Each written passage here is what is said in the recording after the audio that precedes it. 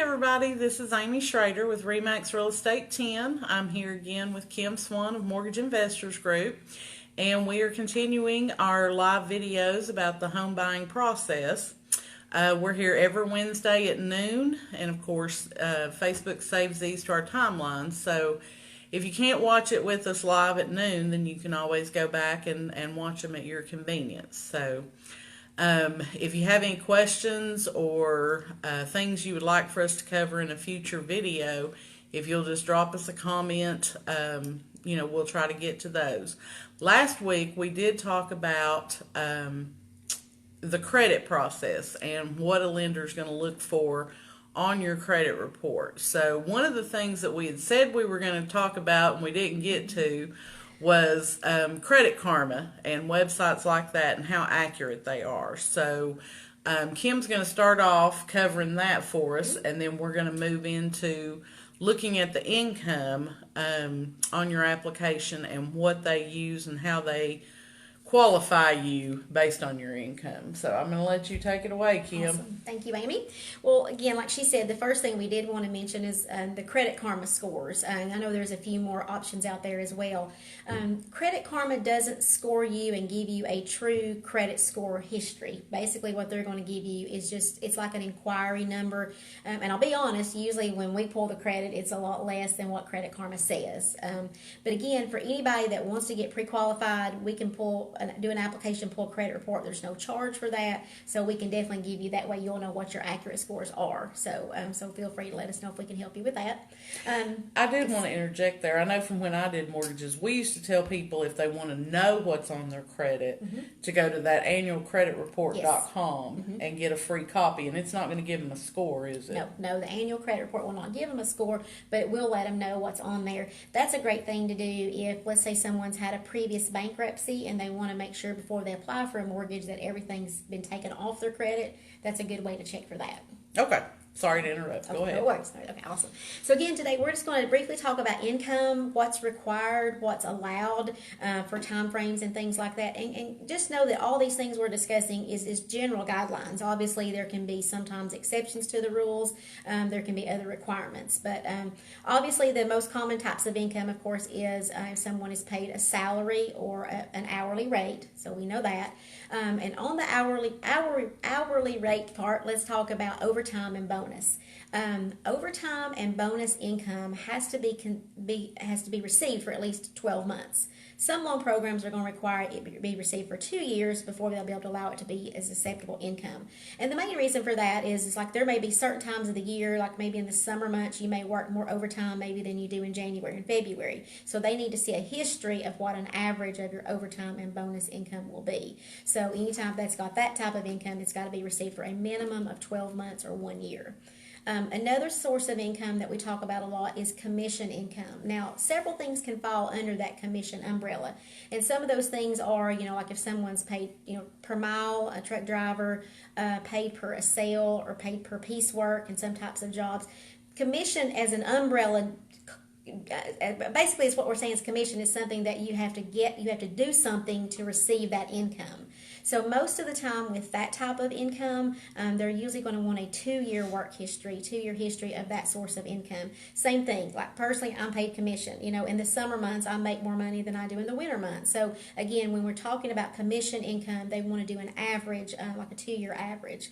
One thing that's probably changing for a lot of people from the 2018 tax year is if you're a W-2 employee but paid commission or piecework or mileage, I'm hearing that you'll no longer be able to write off expenses. So, because if expenses are written off of your tax returns, then that comes off the income that we're allowed to use to get you qualified for your sales price of the mortgage that you're looking for. The other type of incomes that we talk about is self-employed income. If you're self-employed, that'd be me. Okay. With self-employed income, that's going to be at least a year, a minimum. Again, most of the time, most of the better loan programs want you to have a 2-year history of that. Self-employed, again, is mostly someone who receives a 1099. They don't get a W-2, which means they have to pay their own taxes out annually, and some pay them out quarterly. most of the time, those people, if it's just a single person as a self-employed borrower, they're going to file a regular tax return, and they'll file it under a Schedule C. Now, on that Schedule C, the first line item on that is gross receipts, and that means this is the money I made. And then from there, they list expenses, like anything from depreciation to mileage to meals to payroll if they have to pay someone that works for them.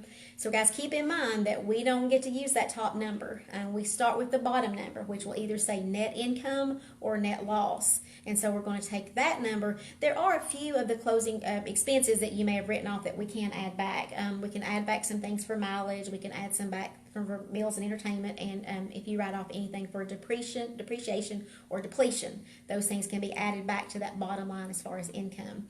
Again, there, most of the time, they're going to want to see a 2-year history. And same thing there, they're going to do an average. They're going to take what you made in 2017, 2018, and then do an average, because same thing there can be times of the year where you make more money than other times.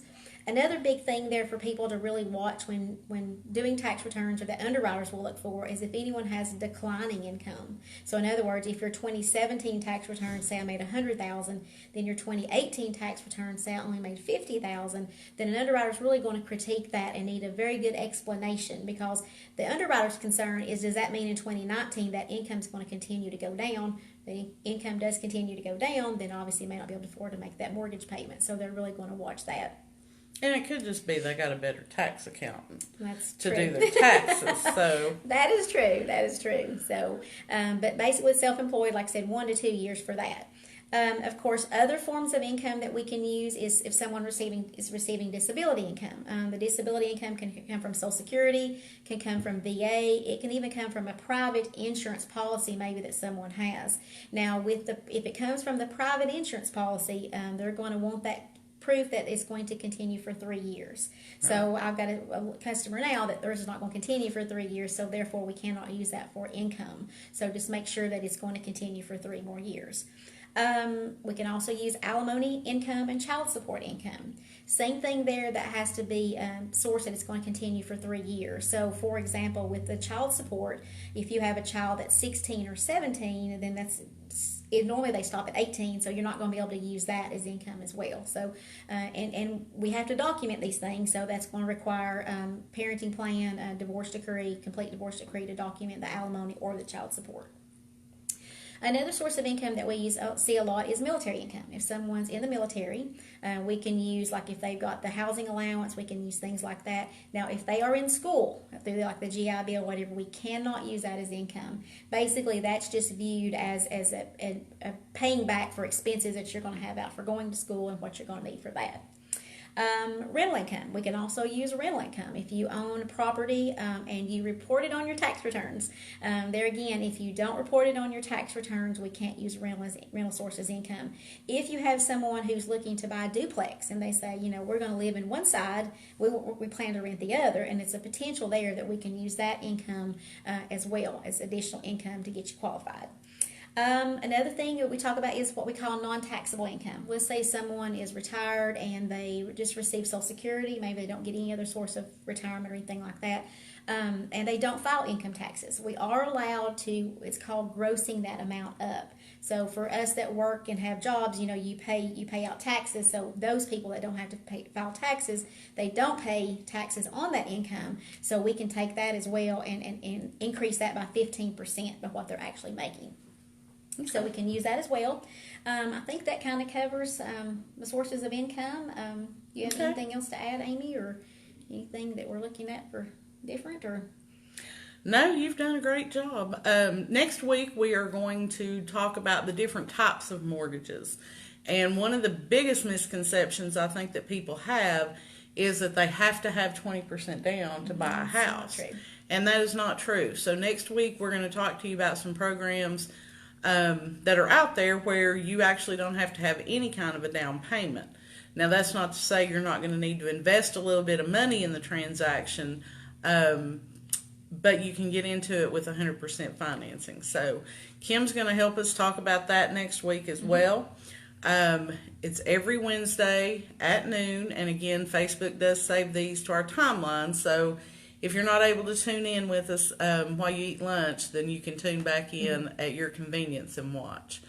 If you're thinking about buying a house and you don't have an agent that you're currently working with, I would love to work with you. You can go to buyhomein2019.com and download a handbook that's going to kind of walk you through this process. So, again, Kim is with Mortgage Investors Group, and she's local here in Morristown, and she would be happy to help you get pre-approved to go out and start looking for your new home. So thank you again, everyone, for watching, and we'll see you next week. See ya.